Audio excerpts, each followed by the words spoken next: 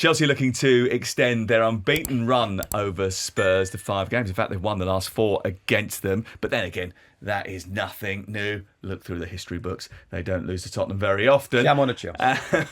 Who would you rather be a fan of out of these two teams right now? No, I think it's a good question, but I think you've got to say Chelsea. Yeah, look, £1.5 billion spent or whatever it is, and yet they still, I don't believe, have a squad that can really challenge for the title itself. And yet I do feel they're getting better and stronger with each year. Maresca's still learning on the job. It amazes me how... And where are you with Maresca right now? Because a lot of people I respect are just not having him in recent weeks. Do you know what I think You're a big fan, aren't you? Do you know what I think it is? The job that he's done is, in his first season, 2 trophies and a 4th place. There's lots of things to pick with him in terms of the substitutions he made with at Old Trafford and also against Brighton. I think it's like the squad, right? So it's a very inexperienced squad that is inconsistent and that sometimes are very naive. They make silly mistakes and cost themselves points and games. You know, we saw that in Europe in the Champions League in the first game against Bayern Munich away from home. They were naive in the second half of that match and the game got away from them. That's what happens in the Champions League if you're not experienced enough to be able to deal with it. I think he has made some odd decisions in terms of selections. I think that every time you think that he's starting to get them into a rhythm, something will come up and it will, again, take a couple of steps backwards. Is that down to him or the players? I think it's a bit of both, but I don't think sometimes he helps himself. And I also, and I've got a big problem with this, and this is, Crook will tell you, I keep trotting out the same line, because he keeps trotting out the same line, which is every time they play against someone who changes their system in order to thwart Chelsea, he complains about it and talks about it as if it's a massive surprise, as if he was expecting Sunderland to turn up and play into Chelsea's hands. Other teams aren't going to do that. What other teams are going to do is, because you're the world champions and the Conference League champions and you spent £1.5 billion, funnily enough, they're going to find every trick in the book to try and stop you from performing. And if that means they change shape or defend deeper or put a different player in a different position, then you've got to be ready for that. You should be prepared. But he always talks in the aftermath of games as if that is a massive shock and it took them ages to be able to work it out. Well, they should have seen it coming, really. I think it's difficult to see it coming. You don't know how a team's going to plan, but I do agree. Once you do see it, you should have in your change mind it in game within the first of 10 what minutes. could happen. I also don't know why you'd admit publicly that you've been schooled by I agree. Regis Lebris. I'm not sure what he had to achieve by making that public knowledge. And there's all sorts of rumours about, him going off at the end of the season, or them shaking hands like they did with Maurizio Sarri at the end of that season. You'll remember it, where it just didn't fit, so it moved him on or whatever. The thing about Chelsea, and we know, they're never going to have a long-term manager. It just doesn't work like that. It will only ever be 2 or 3 years, and then somebody else will come in. That's Look, what happens. We could go on, but we should mention Spurs here, oh, yes. I suppose. Let's talk about Tottenham Hotspur, because I think they're in a different zone, aren't they? They're in a... Thomas Frank is in the first era of his management tenure at Tottenham, and that is, let's make it really difficult for teams to beat us first, and then we'll try and inject a bit of adventure. I mean, Tottenham fans are a bit sort of like... the results are good and we're still scoring goals. Joint top goal scorers in the Premier League.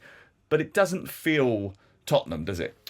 No, Mickey van der Ven's got a fair few of those, hasn't he? And he's a top scorer. 2 from set pieces at Everton last week. 3-0 flattered Spurs. Obviously, I was at the game.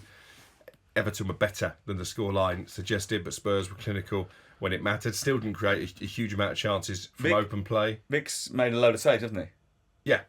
In the game. He did against Monaco as well. He was man of the match by a million miles. I mean, he does have problems from set pieces and high balls, but he does make a lot of saves. Yeah, and he might have to this weekend because I think Chelsea are the more adventurous team. They probably are the more aesthetically pleasing on the eye. But as you say, I don't think Tottenham fans can really complain about the league position when you've got a manager coming in who's the complete opposite, really, of his predecessor. So obviously he's trying to change the style, but he's getting results along the way. They weren't great in midweek without Newcastle. No. They were disappointing. Xavi Simons has struggled, hasn't he? Yeah. Did he have his best game? Again, you were there. Not in Newcastle, no. I've heard he showed moments that... No, his best game, I think, was in the game at Leeds. I thought he played better in that match than he did at Newcastle. Okay. He had a few moments in the game, but it was not consistent enough. He gave the ball away far too many times. He wasn't secure enough in possession. It's very difficult for almost any Premier League club to complain about injuries, but they're almost double figures, if not over double figures into the injuries that they've got. It does make me laugh Spurs fans weren't happy with Ange and how bad they were defensively. Well, Thomas Frank came in and said, right, that's the first thing I'm going to try and sort out. They are third in the league, and yet they're still scoring goals, and yet the football's not kind of good enough for some of the fans. I mean, this is going to take time, and Thomas Frank, I believe, is the right manager for Spurs. I think he's very adaptable. I think he's really sort of football intelligent. Certainly knows how to play the media as well. Well, not play the media, but just get them on side and explain things. This is very much a project, and he needs time. And obviously, with Daniel Levy not around, it's going to be fascinating to see what happens, not just in the January window, but next summer.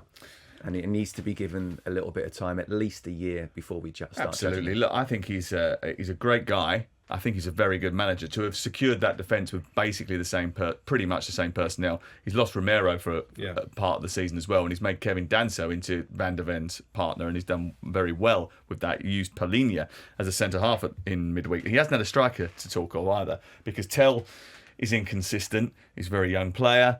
Kolo Muani's been injured. Solanke has been injured, and Richarlison is in and out. They do need a striker, I think, in the summer. Someone to be a little bit different to Solanke as well, because Solanke's more of a sort of hold-up man and a presser or whatever, but I think they need someone to run in behind. Yeah, I keep coming back to Ivan Toney. I mean, obviously it's not easy to get players out of Saudi Arabia for tax reasons, but obviously he's someone who played well under Thomas Frank at Brentford. They've got a good relationship. I think he'd be perfect for this Tottenham team, and I feel like he's still probably got unfinished business in the Premier League.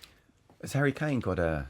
He's not coming back. I'm just... He's got a clause. throwing it out there. He's not got coming He's back. got a release clause, but I don't think he leaves Bayern Munich. He's never No, coming I don't back. either. Have you seen how well he's getting on I there? know. Yeah. And if you he see how does well leave he's playing? Bayern, he's not going back to Tottenham. He is playing the best football of his life. Yeah. He is dropping in, picking the ball up like a quarterback, spraying passes all over the place, finishing moves, scoring goals. He's having the time of his life. He's not going I go back anywhere. to that Chelsea game where he was brilliant as a 9, brilliant as a 10, brilliant as a 6. He's unbelievable. He is in, and do you know what? I don't know what it is. The fitness regime, the training regime, the diet. Well, let's hope he's fit at the end of the season, Let's then, hope shall it, we? because he is in absolutely sensational form.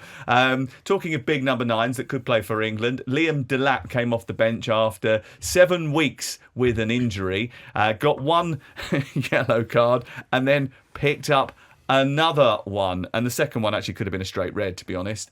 So he was pretty lucky not to have been sent off and then given a 3-match ban. It's just a 1-match ban, but he misses this huge match against Tottenham Hotspur. It's a problem for Chelsea because that's 6 red cards in 9 games if you include the managers. And it was a brainless one, much like the João Pedro one in the Champions League, totally unnecessary. And obviously he missed a game in that competition. Delap probably would have started at the weekend, and his physicality maybe would have been an issue for Spurs. To get himself sent off in that manner is ridiculous, really. And again, it comes back to what you're saying about naivety. A lot of the cards that Chelsea have picked up have been utterly avoidable. Well, 4 of the 6 have been second yellows, and that is an indiscipline problem, isn't it? And actually, when you go back to the Maresca discussion again, one of the issues I have with it is that he didn't stamp on that when it first became a problem. It was a little bit like at the end of last season, actually, when I spoke to him in the tunnel and I said to him, you've given away more penalties than anybody else in the Premier League this season. How are you going to stop that? And he said, have we? And at that point, you're thinking, you should probably know that. Yeah, and he may well know that. He may well know. Doesn't like exactly. for you to bring it up. Maybe, and obviously, maybe. Don't argue with Sam Matterface. That's what I would say. That's not where I was going. Hold on a second. That's what I'll just say. Hold on a second. Just remember, today is about picking on him, okay? Not me. He's doing well. He's only sweated about half a stone off at the moment. It is warm in the studio, by the way. He's the one who didn't turn up. He's the one yet wearing yesterday's clothes. He's done well just to turn up, however late he was. To be fair, you have warmed up a little bit, haven't you? But you can't not warm up in this studio. It's about 38 degrees. It's actually not, by the way. The aircon's on. But anyway, sorry, what was the question? I can't remember. Anyway, the only thing I worry about with Liam Delap and the possibility of him actually trying to deputise for Harry Kane going further down the line is that sort of discipline issue, because actually he's a bit like that. He's done it before. When he was at Ipswich, he was a bit sort of robust, wasn't he? Yeah, absolutely. And look, the question was, Maresca hasn't sorted out the red cards. He needs to find a way. I mean, back in the day, just the threat of a 2-week fine would be enough for us to kind of sort that out. I don't know if it is anymore, but he needs to find a way to scare the players into saying you can't be doing this. But there's only so much a manager can do, Sam. You look at Malagusta with the sending off he did there. You look at Nicholas Jackson, what he did in the Club World Cup. Once a player gets past that white line, it's down to the player. And for Liam Delap, and he's told him, Maresca, he was asked in a press conference afterwards, I told him 4 or 5 times between the 2 yellow cards, be very careful. And you're absolutely right. I think that was a straight red, not a second yellow, because his elbow did kind of go up and go towards the two head. goes at him.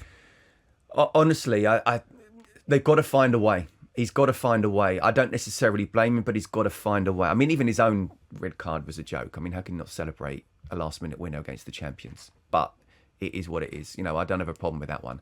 But he's got to find a way, because that's a big loss, Liam Delap. Whether he would have started or not, he's not available now for the biggest game of the season for Chelsea. Yep, Tottenham away on Saturday at 5:30.